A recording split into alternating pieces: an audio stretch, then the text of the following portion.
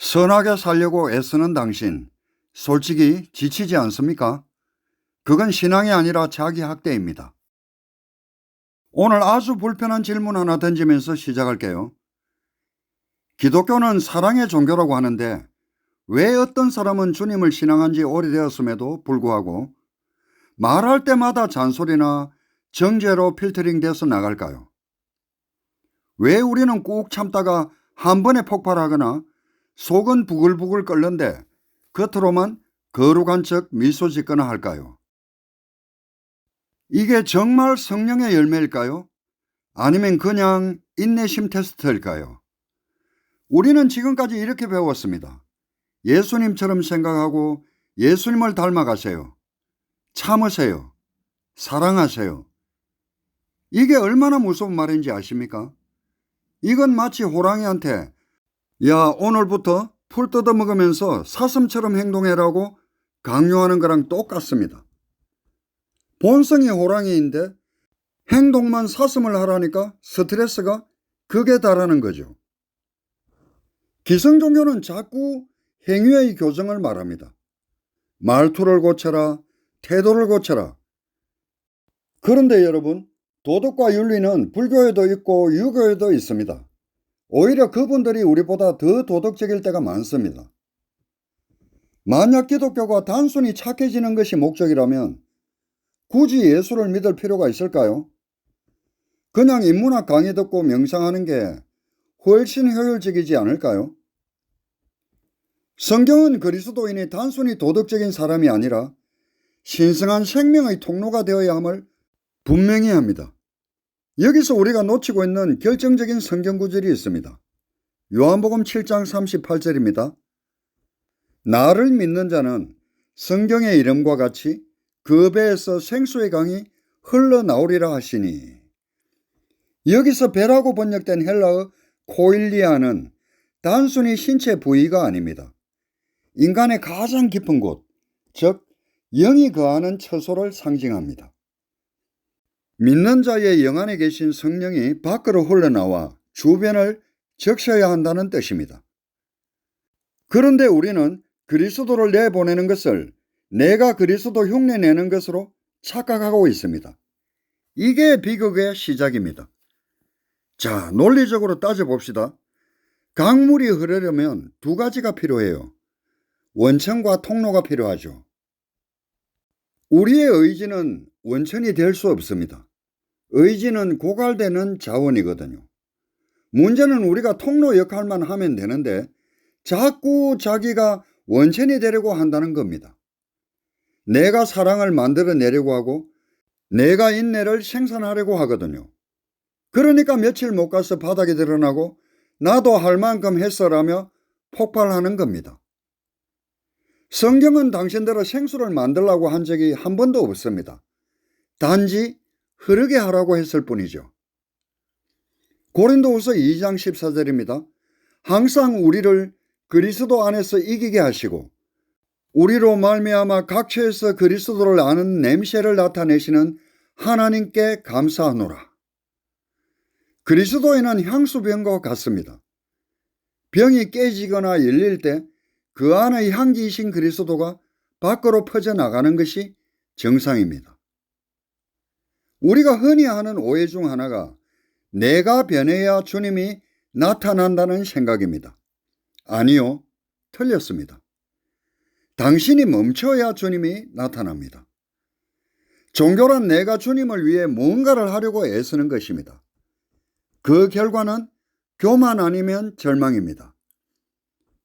영을 사용한다는 것은 내 안에 이미 계신 그분이 일하시도록 나를 내어드리는 것입니다. 그 결과는 평강과 생명입니다. 타 종교는 나를 닦아서 빛을 내는 수행입니다. 하지만 기독교는 나는 빛이 아니니 내 안의 빛이 통과하도록 나라는 유리를 닦는 것입니다. 그런데 우리는 지금 뭘 하고 있습니까?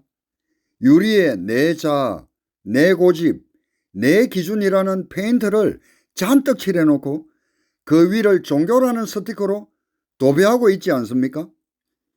그래서 밖에서 볼 때는 화려한데 정작 안에 있는 빛은 한 줄기도 못 나가는 겁니다. 자, 이제 아주 현실적인 이야기를 해보죠. 정말 보기 싫은 사람이 당신 속을 뒤집어 놓습니다. 이때 당신은 어떻게 하십니까? 일반적인 신앙인은 참아야지. 나는 크리스찬이니까 주여 참게 하소서 하고 기도합니다. 겉으로는 주여 참게 하소서라고 거룩하게 기도하며 미소 짓고 있지만 마음속으로는 분노가 들끓는 상태입니다. 이것은 심리적인 살인입니다. 다른 한 사람은 주님, 제 인내심은 여기까지입니다. 지금 제 영안에 계신 당신의 평강을 저 사람에게 흘려보내 주옵소서. 제 입술을 당신께 빌려드립니다. 차이가 느껴지시나요? 전자는 나의 의지를 쓰고 있고 후자는 내 안의 영을 사용하고 있습니다. 나는 못합니다. 그러니 내 안의 당신이 지금 이 순간 내 안에서 사시옵소서라고 주권을 양도하는 선택입니다. 갈라디아서 2장 20절입니다. 이제는 내가 사는 것이 아니요 오직 내 안에 그리스도께서 사시는 것이라. 우리는 이 구절을 암송은 잘하면서 왜 실제 상황에서는 자기가 살아서 펄떡거릴까요? 자기가 죽지 않았는데 어떻게 그리스도가 나갑니까? 좀비처럼 죽은 척만 하니까 사람들 눈에 기괴하게 보이는 겁니다. 솔직히 말해봅시다. 세상 사람들이 기독교를 왜 싫어할까요? 우리가 죄를 지었어요? 아니요. 인간은 누구나 죄를 짓습니다. 그들이 우리를 혐오하는 진짜 이유는 가짜 같아서입니다. 그리스도의 생명이 흐르는 곳에는 사람을 살리는 에너지가 있습니다. 그런데 지금의 교회는 생명이 흐르는 강이 아니라 자기들끼리 갇혀서 썩어가는 고인물 같거든요. 밖으로 흘러가야 할 영적 에너지를 안에서 자기 위로와 축복에만 쏟아붓고 있으니 냄새가 날 수밖에요. 일상에서 그리스도를 흘려보내지 못하는 신앙은 냉장고에 넣어두고 한 번도 꺼내 먹지 않아서 썩어버린 식재료와 같습니다. 아무리 비싼 재료면 뭐합니까? 아무도 먹지 못하는데요. 왜 우리는 노력해도 실패할까요? 그것은 혼, 즉 자아의 힘으로 선을 행하려 하기 때문입니다. 그리스도를 흘려보내는 단계는 다음과 같습니다. 첫 번째가 연합입니다. 전구에 전기가 들어와야 빛이 나듯이 우리 영은 하나님과 연결된 접점입니다. 영을 사용하지 않는 것은 마치 전원을 끄고 전구만 닦는 것과 같은 것이죠. 우리 영은 하나님이라는 발전소랑 연결된 콘센터 같은 것입니다. 그런데 우리는 전원은 끈 채로 전구인 자아만 미친 듯이 닦으면서 왜 빛이 안 날까를 고민하거든요. 노력해도 안 되는 건 당신이 나빠서가 아니라 에너지원 자체를 잘못 쓰고 있기 때문입니다. 두 번째 단계가 전이입니다. 전이는 퍼지는 것을 이야기합니다. 먼저 연합이 되어야 내 속으로 그 영이 퍼져나올 수가 있습니다. 내 마음속에 평화가 없는 것은 내가 성격이 더러워서가 아닙니다. 평화라는 성분이 내 생각과 감정으로 아직 안 넘어온 것뿐이죠. 영 안에 계신 그리스도는 최고급 향수입니다. 영을 사용한다는 건 그 향수병 뚜껑을 여는 것입니다. 뚜껑만 열면 그 향기는 자연스럽게 내 감정으로 스며들고 밖으로 풍겨나갑니다. 내 감정을 억지로 세탁하려고 하지 마십시오. 그냥 내 안에 영이라는 향수 뚜껑만 열어두면 됩니다. 세 번째가 통로입니다. 깨끗한 물이 아무리 콸콸 쏟아져도 수도관이 녹슬어 있으면 결국 녹물이 나올 수밖에 없습니다. 내 고집, 내 판단, 내가 맞다는 생각들이 바로 그 녹입니다. 영을 사용한다는 건 거창한 것이 아닙니다. 내 안의 녹성관을 비우는 결단입니다. 내 생각이라는 찌꺼기를 살짝만 옆으로 치워보십시오. 그러면 내 노력으로는 절대로 불가능했던 그 깨끗한 생명이 당신의 일상을 타고 그냥 스르르 흘러나올 것입니다. 장갑 혼자서는 아무것도 할 수 없습니다. 장갑이 손가락을 움직이려고 애쓰는 것은 우스꽝스러운 일입니다. 하지만 손이 장갑 안에 들어가면 장갑은 손의 움직임을 따라 그대로 나타냅니다. 우리가 주님, 제가 인내하게 도와주십시오라고 기도하는 대신에 주님, 당신이 제 안에서 인내해 주십시오라고 영으로 돌이킬 때 장갑인 당신을 통해서 손이신 그리스도의 역사가 나타나는 것입니다. 방 안에 악취가 날 때 부채질을 한다고 악취가 사라지지 않습니다. 가장 확실한 방법은 방 안에 강력한 향기를 내뿜는 백합꽃을 들여놓는 것입니다. 일상에서 짜증이 날 때 짜증을 참으려 노력하는 것은 부채질입니다. 그때 즉시 생각을 영으로 돌이켜서 주님의 이름을 부르는 것은 백합꽃의 향기를 여는 것입니다. 많은 사람이 주의 이름을 부르는 자는 구원을 얻으리로다라는 말을 장례식에서나 쓰는 문구로 착각합니다. 예수 믿고 나중에 죽어서 좋은 데 가겠지라는 막연한 보험 정서 정도로 생각을 하거든요. 지금 당장 내 속이 뒤집어지고 분노가 치밀고 불안해서 미치겠는데 죽으면 구원받는다는 말이 무슨 위로가 됩니까? 성경이 말하는 구원은 현재 진행형입니다.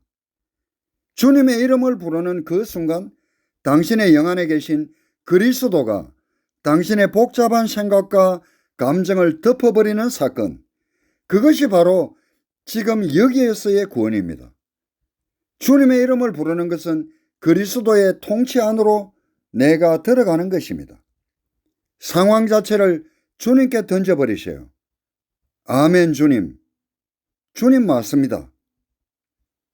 아멘은 내 자아의 판단을 멈추고 하나님의 생명에 동의한다는 뜻입니다. 주님이라는 고백은 당신이 나의 주인이라는 말입니다. 주님, 제 마음을 당신께 드립니다. 아멘 주님. 지금 제 안에서 사십시오. 이 말은 내 생각과 감정의 브레이크를 밟고 내 안의 영이신 그리스도께 운전대를 넘기는 역할을 합니다. 내 안에서 올라오는 짜증이나 분노에 대해서 아멘. 이 말은 나는 죽었습니다. 주님, 이 말은 당신이 옳습니다라고 말하는 고백입니다. 아멘 주님이라고 선포하는 순간 안개가 거친 듯이 흐름이 바뀝니다. 내 감정이 요동칠 때 단 1초라도 마음의 시선을 내 안의 영으로 돌리는 것, 그것이 가장 좋은 부름입니다. 아멘 주님이라는 선언은 내 안의 탁한 공기를 밖으로 밀어내고 내 영 안에 계신 신선한 그리스도의 생명을 내 혼 속으로 빨아들이는 강력한 환기입니다.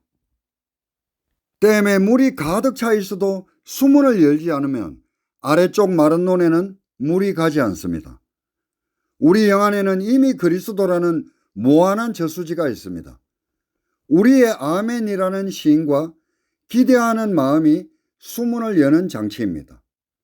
수문만 열면 물은 중력에 의해서 자연스럽게 낮은 곳으로 흘러갑니다. 사람들은 묻습니다. 그냥 좋은 인격으로 잘해주면 안 됩니까? 인간의 인내와 사랑은 소모품입니다. 언젠가는 바닥이 나고 보상심리가 작동합니다. 하지만 영에서 나오는 그리스도는 무한한 자원입니다. 인간적인 친절은 때로는 자기 의를 포함하지만 영을 통해서 흘러나오는 그리스도는 상대방의 깊은 영을 터치하여 생명을 공급합니다. 상황이 좋을 때만 잘하는 것은 혼의 영역입니다. 최악의 상황에서도 평강을 흘려보내는 것은 오직 영의 엔진으로만 가능합니다. 일상에서 영을 사용하는 법은 복잡하지 않습니다. 순간순간 마음속으로 이렇게 고백해 보세요. 아멘 주님, 지금 이 대화 속에 제가 아닌 당신이 나타나 주십시오. 제 입술을 당신의 통로로 드립니다. 이 짧은 영의 호흡이 당신의 인격을 통과하여 그리스도를 세상 밖으로 밀어내는 실제적인 동력이 될 것입니다. 오늘 당신에게 숙제 하나 드릴게요. 오늘 하루 동안 당신에게서 무엇이 흘러나왔는지 가만히 한번 돌아보세요. 독설이었습니까? 아니면 생수였습니까? 짜증이었습니까? 아니면 평강이었습니까? 사망이었습니까? 생명이었습니까? 만약 생수가 아니었다면 그건 당신이 나쁜 사람이라서가 아닙니다. 당신이 여전히 자기 힘으로 살려고 발버둥치고 있다는 증거일 뿐입니다. 이제 그만 힘을 빼십시오. 당신은 원천이 아닙니다. 그저 당신 안에 이미 와 계신 그 거대한 생명의 샘물이 당신이라는 좁은 통로를 지나 세상으로 나갈 수 있도록 그저 허용하십시오. 예수님과 사도들이 전한 복음은 당신의 인격을 개조하는 프로젝트가 아닙니다. 당신의 인격을 통해서 그리스도가 드러나게 하는 비워냄의 예술입니다. 오늘도 당신의 착함으로 누군가를 숨막히게 하고 있지는 않았습니까? 아니면 당신의 비워짐을 통해서 누군가가 그 시원하고 달콤한 생수이신 그리스도를 맛보고 있었습니까? 질문은 던져졌습니다. 답은 당신의 일상이 말해줄 것입니다. 지금까지 셰솜니셰시였습니다.